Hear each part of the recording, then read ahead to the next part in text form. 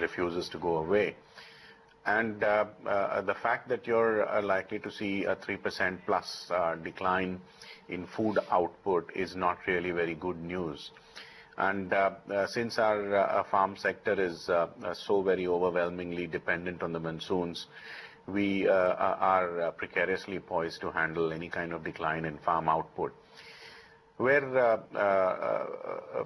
choosing any farm commodity is concerned, I think pulses would be the safest bet to bet on higher prices, because cyclically speaking, from March, April onwards, pulses prices tend to move up. And if you're seeing a decline in the local output, we are getting news from the media how Indian imports of pulses are fairly higher this year. I think you're likely to see even higher prices. So it would be safe to assume that if you can pick up the mid-month and far-month futures on dips, that would be a robust strategy to go forward. And when we talk about acreage and, of course, the new crop, we also talk about the storage issues here. And Sunoor, the first question really is on to you. It's a much read news in media and otherwise, as per the reports, on how India faces shortage when it comes to a decent warehousing. How have you seen the numbers play out? Marisha, for warehousing in India, the gap approximately, give or take a few million metric tons, close to about 30 million metric tons across the country. Now, whatever storage is available in the country as of now is 70% is still owned by the government. So the private participation in the Indian warehousing industry is still close to about 25-30%. Now, given that we need close to about 30% more than what we have, which is close to the 30 million metric ton number, the private participation will be a key driver going forward.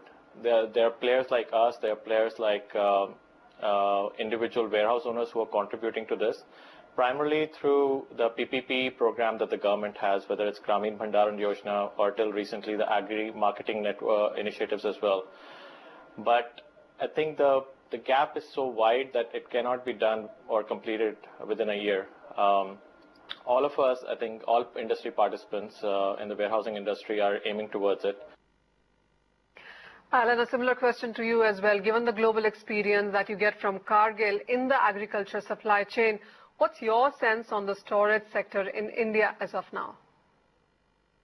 We think the reforms are absolutely in the right direction, and we're very supportive of looking at more market-based activities that still meets the needs of certainly the consumers as well as the farmer producers, but something that really sends stronger price signals across the value chain and lets farmers make informed choices of what makes sense for their business and yet still meets the needs of the country. So I'm very encouraged. I understand it will be difficult changes, but certainly my impression is that the country is going in the right direction, and we're happy to be a part of it. Sunoor, as you pointed out in your question, and as Alan was also talking about policies, the government has been forever talking about the public-private partnership in this space. What's your sense on how much are we looking at the numbers playing out? Well, Manisha, the way the public or the PPP network has worked, or the partnership has worked with the government, is multi-faced. It's both on the warehousing side and the warehousing services side. Like, we are currently involved in a PPP partnership in Punjab where we are managing close to about 27, 28 lakh metric ton of the PDS stock on behalf of FCI. And our partnership is with One Grain. So there we are able to, so if you look at the overall industry, one is the storage side, one is the efficiency or preventing the wastage.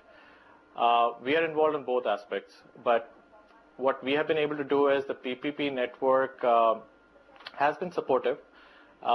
We have been, or government has been involved in multiple phases. As I said, the one is Gramin Bhandaran Yojana is there.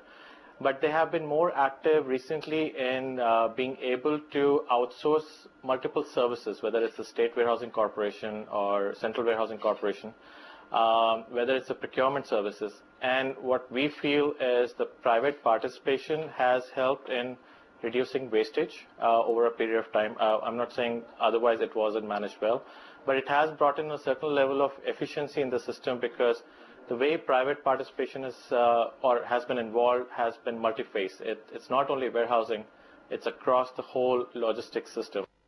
Sunoor, also the new government focus on the farmer seems quite strong. The spending on agriculture and related services are in focus. Do you see the sector getting the due it deserves now?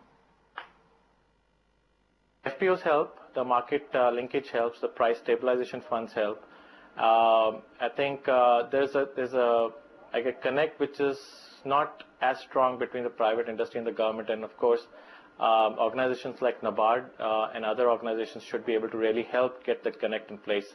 We work very closely with NABARD, so we have been able to understand how the government has been taking initiatives towards it and leverage on it to be able to benefit the farmer.